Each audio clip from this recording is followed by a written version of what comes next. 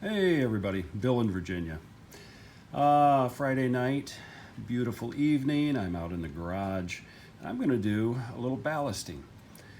You'll see a little bit more of this in other parts of the video, but I've had a couple of requests to show how I do what I do with mine. So I'm going to use most of this video to kind of show how I do the ballast and then some of the finish work. So it's going to be bits and pieces that just kind of give a high-level overview of how I do it and then what the end result looks like. So let's get started.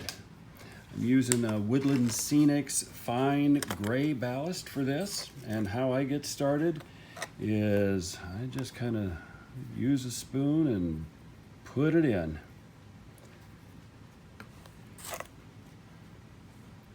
And I'll do multiple tracks at the same time. Doesn't have to be perfect.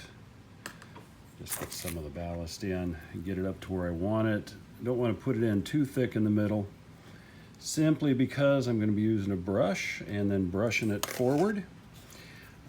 So what I've got, this little utility brush, can kind of come in. It's actually perfect size for end scale track.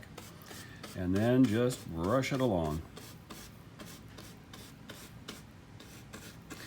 You can see some of it will go to the side, which is fine.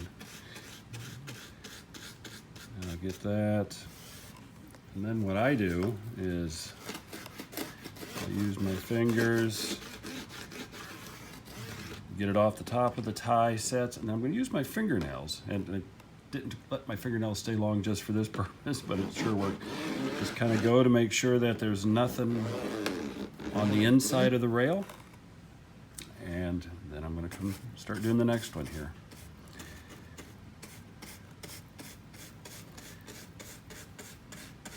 So same technique, just a nice, even, roughly about an inch brush stroke. Come back. Tend to use my fingers first to push it, and then I'll go back and forth. And nothing there. That's good. Now onto this one here. And if you don't have enough in, you can add a little more. That's easy. Easy to do at this stage. When I get to the switch, what I do is, essentially I stop. I will do all of the switches at a later date because I will come back and I will paint this piece separately.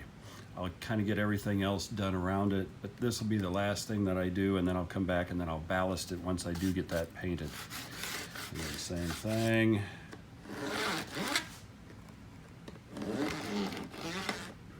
right.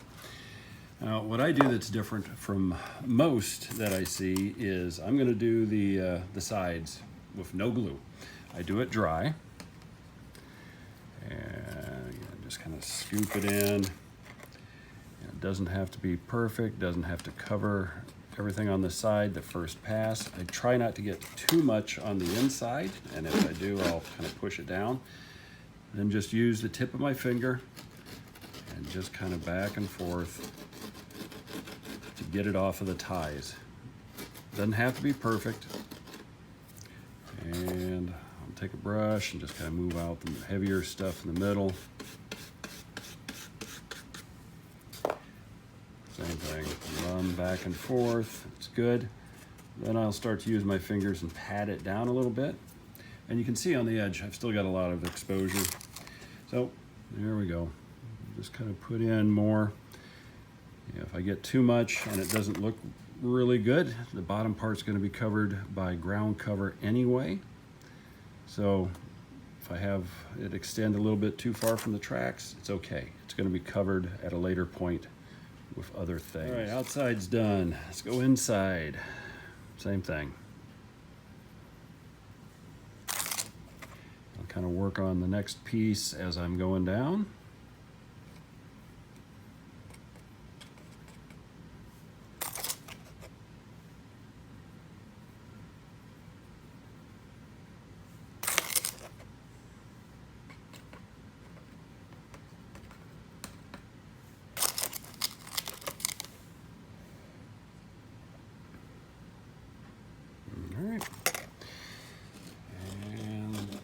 back and forth, get it off the ties.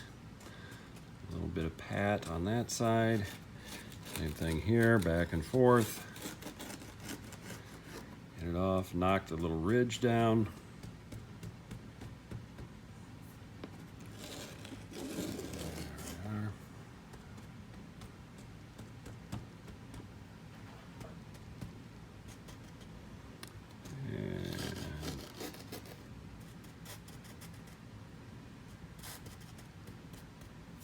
Okay. And even though you can kind of see finger marks in these, once I put the glue in, those will actually disappear. So we got that. All right, just one more track to do is the isopropyl alcohol. So 70%. You can find it again and prime the pump and soak it down.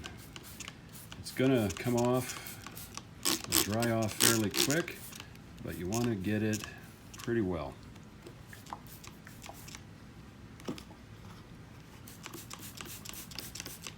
Nice and soaked. All right, that's good to go. Next thing I use is a 50/50 dilute white glue. I open my bottle up so that I can get a decent flow, not too much, and then I just let it drop.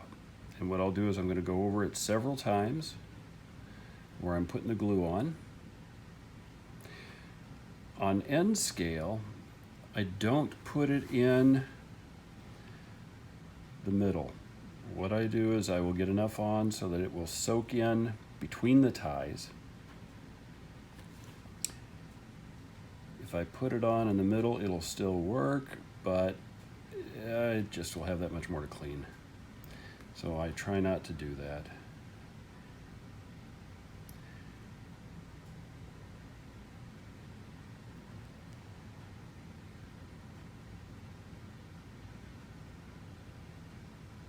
Okay, so first pass.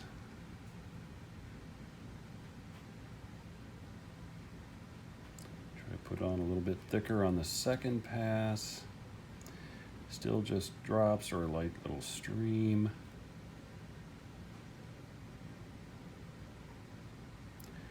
What I want to do is I want to get it where it changes color. You can kind of see along there how it's got more uniform gray. That means I've got enough glue. But I still want to put it onto the top part so that it soaks under the ties and it soaks down. Let gravity do the work, as well as surface tension, and let it bring it.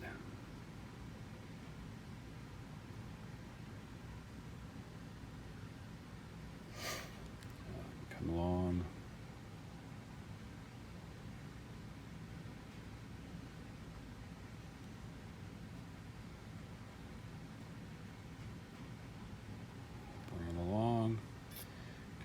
Middle.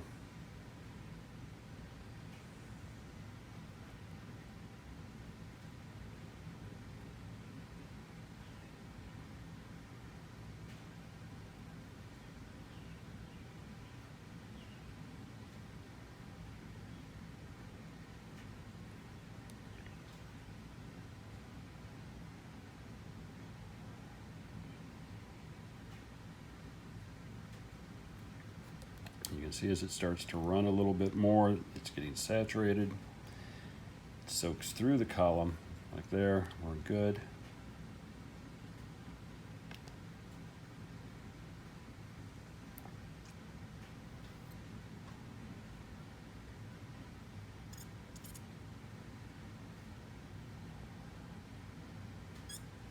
All right, so the glue is on. I haven't done it in the middle. I can run my fingers and I can feel it's wet on the tops. That's good enough. Of course, once this is all set, I will come back and I will clean the inside. Run my fingers again, make sure that everything is off that needs to be off. I'll clean the track really well.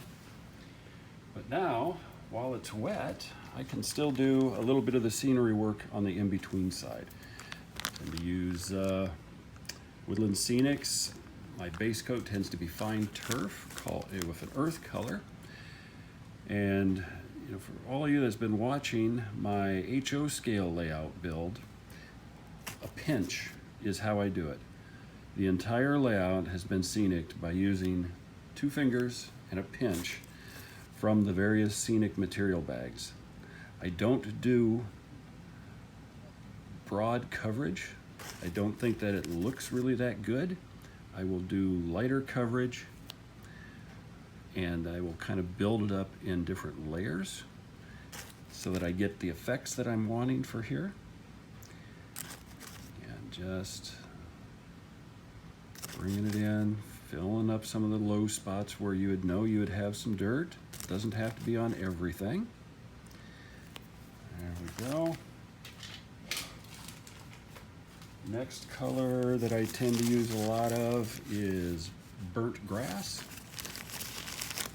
Same thing, you get a little pinch and just kind of put it in, not everywhere. You don't want to cover what you put on before. You just want to kind of supplement it. Put in little spots, just kind of a sprinkle here and there, just kind of a hint of green ground, some vegetation. Later, I will come back and I will actually put in some grass on this to kind of build it up a little bit more. But right now, what I've got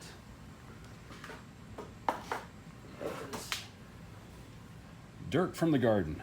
So it's just dirt, and it's got a little bit of organic material in it, and it's a pinch. Same thing as before. Just a little bit in the middle off of the ballast. You mix it up so that you got some different textures, different colors, just kind of simulate rocks and different debris that's down in the gullies, that little ditch in between the tracks.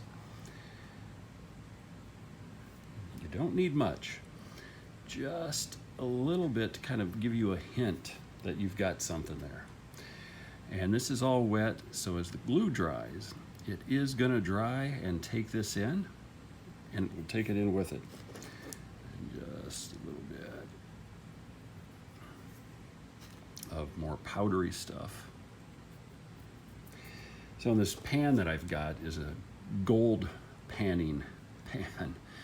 And I've got a plastic sieve set so that I can take sand and gravel and I can sieve it into different sizes. Depending upon what I want to do with it. Another one that I've got, and again from the garden, as you can see the sieve piece on this. It's just debris, just stuff.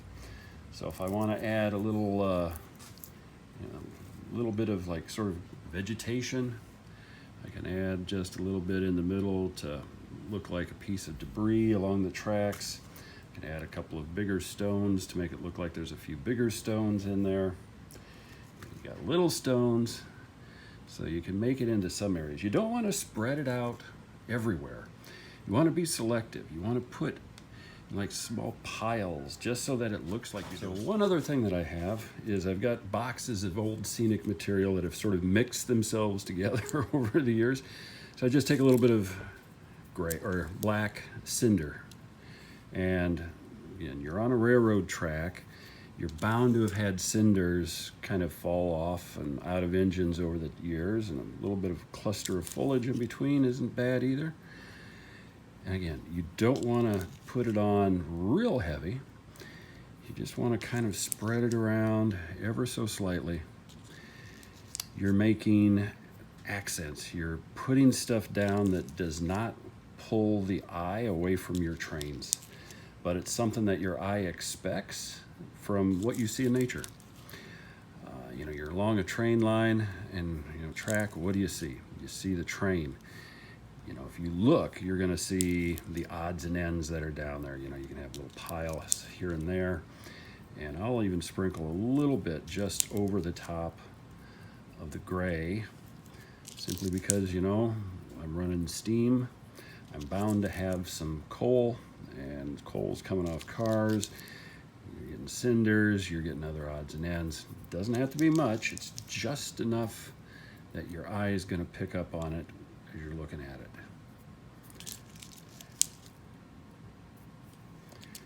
And I'm going to put a little bit more just on this side. Going in over here, I'm going to actually make it a little darker because I'm going to be going in towards the engine yard. And I will be doing a transition from gray into soot and cinders as I get closer up to here. So I can start to kind of darken it up a little bit. Yeah, it's just, that's sort of the engine lead coming in.